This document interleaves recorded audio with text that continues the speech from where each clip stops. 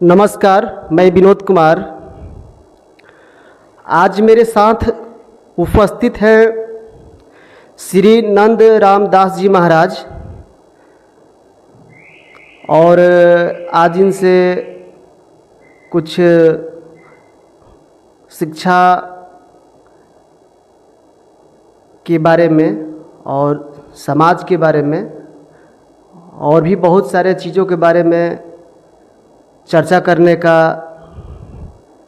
मौका मिला है, तो आज इनसे हम चर्चा करेंगे। नमस्कार महाराज जी। जय श्री राम। नमस्कार। आपका बहुत बहुत स्वागत है। जी धन्यवाद। महाराज जी, अपना एक परिचय बता दीजिए। भगवान द्वारा दिया हुआ, गुरु जी द्वारा दिया हुआ छोटा सा नाम नंद रामदास हमारे गुरु जी स्थान जो है ग्यासपुर सिसवन, और गुरु जी का नाम श्री श्री 1008 श्री महामंडलेश्वर देवेंद्र दास जी महाराज ग्यासपुर, और मुख्य स्थान जो है अपना अयोध्या महाविरक्त आश्रम अयोध्या। अभी आपका निवास स्थान कहाँ है?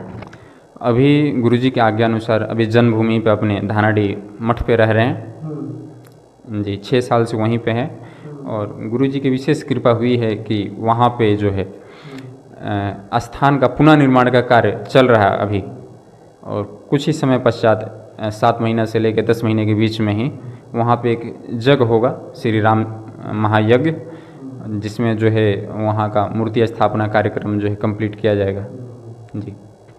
आप सेवा के साथ साथ शिक्षा भी देते हैं? जी, हमारी जो बेसिकली जो पढ़ाई हुई है वो हमने एमएससी किया है इग्नू से ही, Indira Gandhi national open university से, और उसके बाद जो है कहीं ना कहीं अंदर मन में एक विरक्ति उत्पन्न हुई, जिसके कारण अपने इस संन्यास मार्ग में हम चले हैं।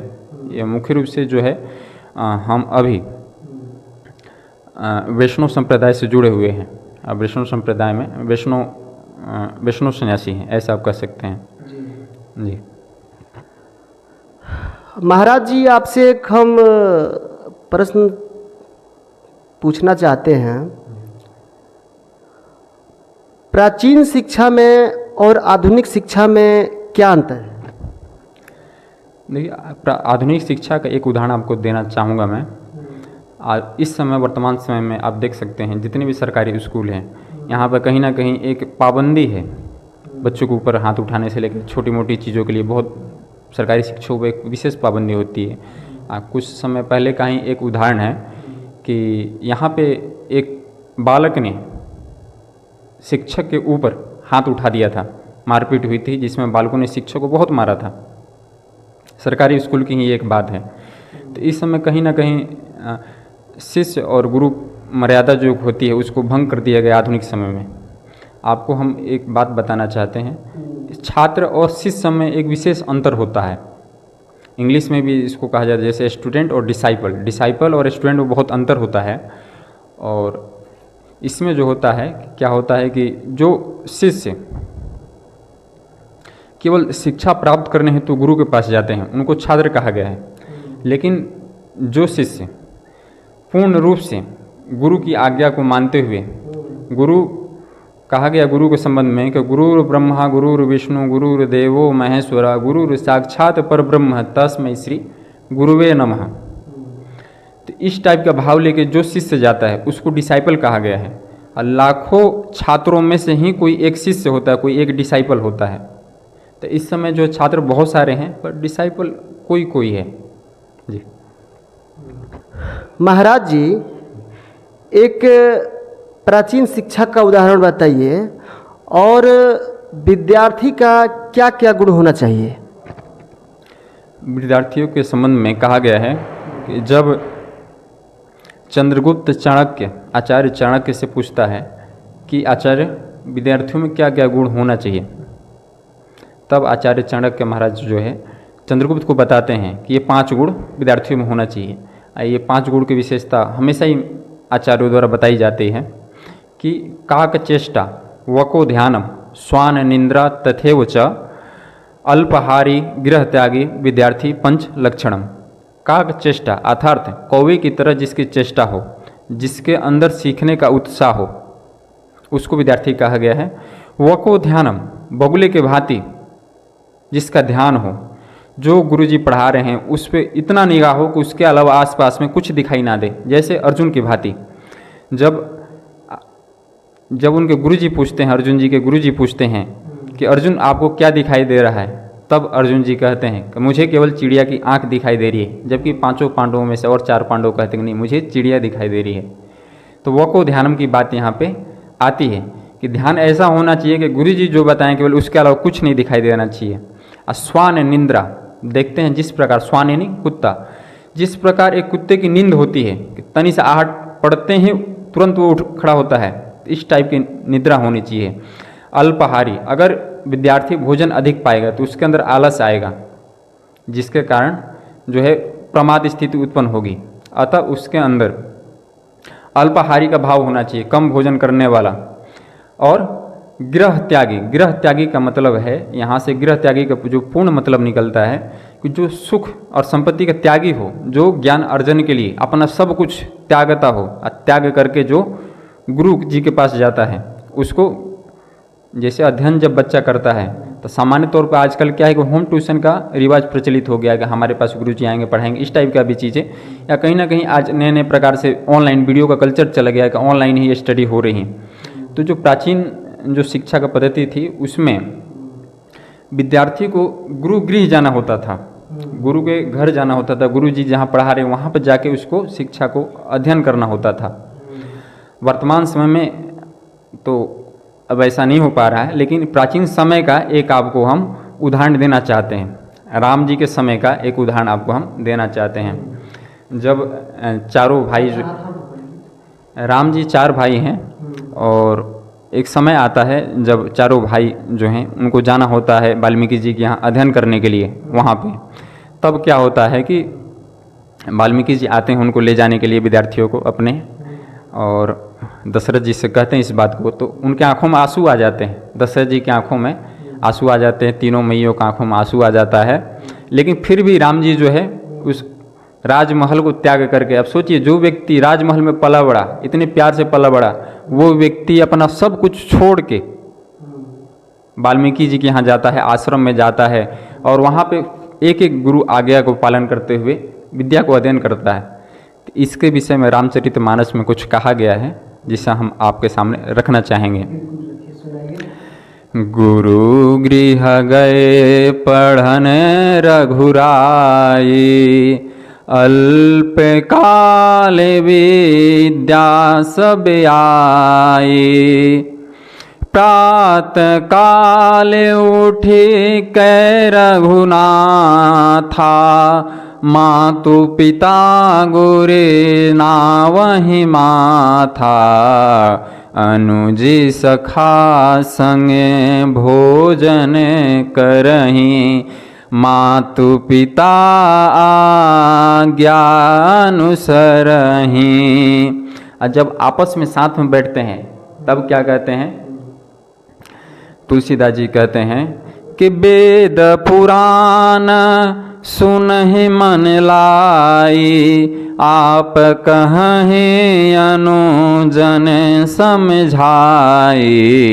आयुष मांगे करहीं पूरी काजा, देखी चरित हर सही मन लागा।